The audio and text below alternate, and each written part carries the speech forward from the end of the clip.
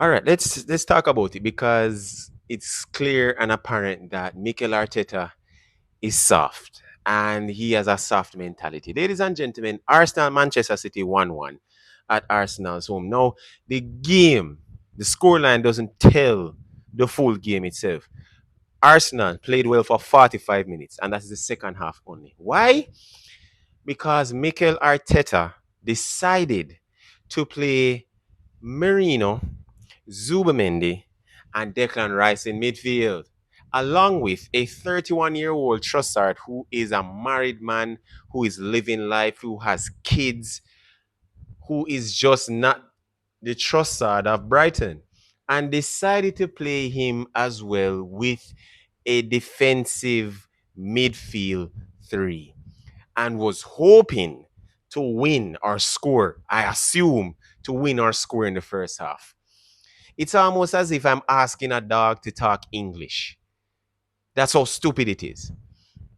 And this man with a straight face said that I'm disappointed that we did not win the game because we dominated the game. You dominated 45 minutes in the second half. And this is the same reason why, and you can let me know in the comments, Arsenal fans, because I would love to have a conversation with every single one of you as to why I don't believe Arsenal are true title favorites. No, they are wonderful contenders. They are a wonderful team to talk about because the Gunners Club are full of persons who are very articulate in explaining why they haven't won, in explaining why another team is not good enough, in perfect explanations, but still cannot explain as to why they have a soft mentality. It's almost as if a mother is saying to the child, I see the potential in you, but you just don't show it consistently enough. And it's the same reason why you have had three successive second places in the league. No, I don't understand. You can let me know in the comments again. Is it a case that in 2022, 2023, when you lost, I think, what, 4 or 5 nil at the Etihad, it scarred and marred Arteta? So he said, you know what? Forget creativity. I am going to go pragmatic. I am going to ensure that I control and dominate the ball. I am going to ensure that we don't lose the game. So rather than being brave, rather than showing some level of proactivity and proclivity to win, you decide, you know what, let me just be conservative because it's better that we sit behind the ball and be compact, because it's better for us as a team to show that we are willing and able to win, but we don't need to give away anything. And that's the same reason why Manchester City punched in your mouth.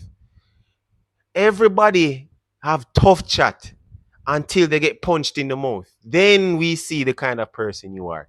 And you got punched right in your mouth 9 minutes into the game, and you were battering for 90 up to 91 minutes until Martinelli scored. That is the kind of mentality that is absolutely in what's the word?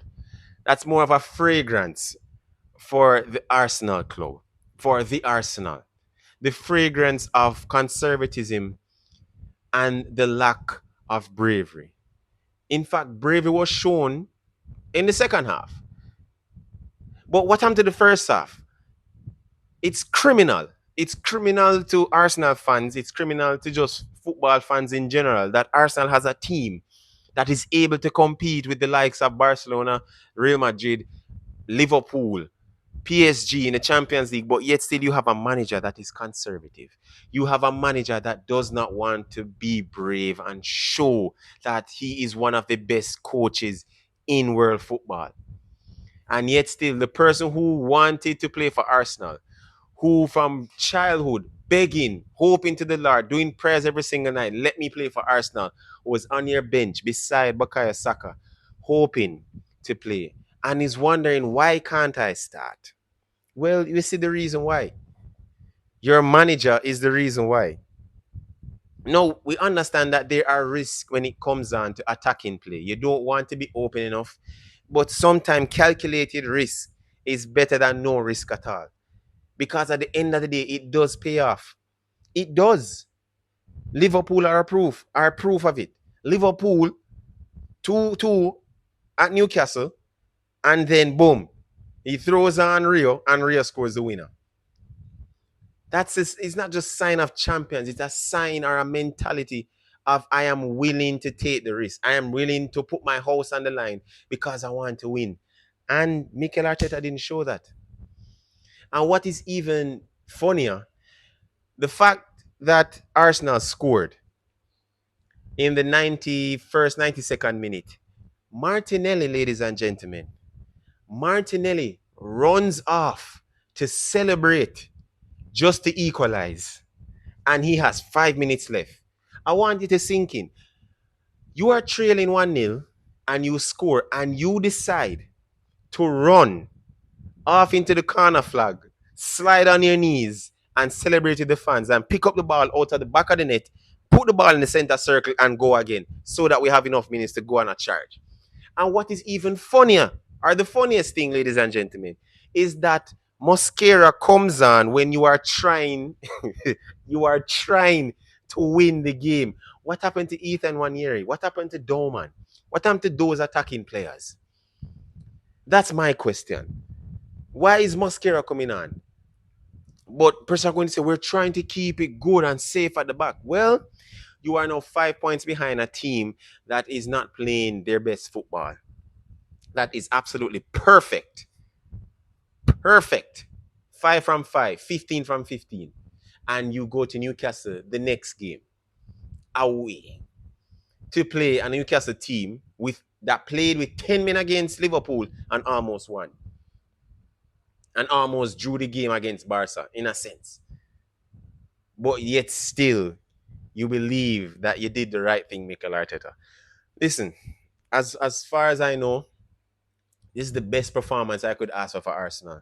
As a Liverpool fan, this is the best performance I could ever dream of. So early in September. Is the title race over? Absolutely not. It's not. If the gap begins to get wider, then there has to be question, and then maybe we can put the title race business to rest. But of course, you have to wait until January because there are turns and traps, peaks and troughs that happen. But if Liverpool are playing like this and have not clicked as yet, and even if they don't click and play like this, does Arsenal stand a chance of winning? I don't know. Because Mikel Arteta has a soft mentality. A mentality that makes you stand up and say, I want Mikel Arteta out. I am not comfortable with Mikel Arteta as a manager. This is his last chance. This is the best thing I can say. With Pep playing the kind of football that he did, literally Jose Mourinho-esque, 10 behind the ball, 10 with the keeper making it 11, 5-5, no striker, harambol is what they call it. And you do this, it speaks to the kind of team and the kind of players and the mentality that a manager has. And this is Manchester City at their weakest. So listen, I put my hand up and I say I've called Mikel Arteta elite, and he needs to do something. But this, what he did today, is unforgivable. And if I'm an Arsenal fan, I would have a petition done to have Mikel Arteta out, probably by the end of the international break. But guys, let me know what you think in the comments. Like, share, subscribe, hit that notification bell. We're trying to get it to 300 subscribers. Until next time, guys, peace.